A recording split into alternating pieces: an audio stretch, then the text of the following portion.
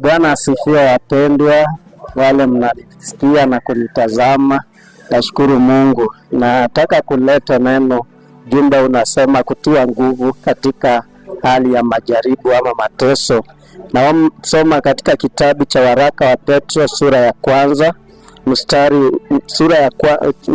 waraka wa Petro wa kwanza sura ya 5 mstari wa 10. Neno linasema, ninyi mkiisha kuteswa kwa kitambo kidogo, Mungu wa neema yote aliyewaita kuingia katika utukufu wake wa milele ndani ya Kristo, yeye mwenyewe atawarejesha na kuwatia nguvu, akiwaimarisha na kuwadhibitisha. Bwana Yesu asifiwe.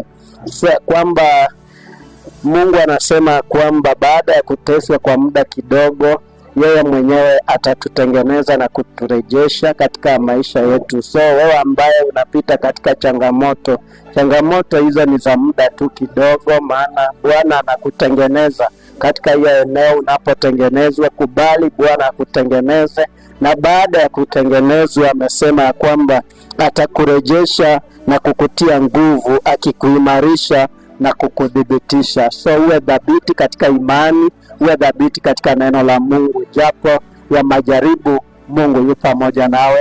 Barikiwa, inuliwa. Amen. Shalom.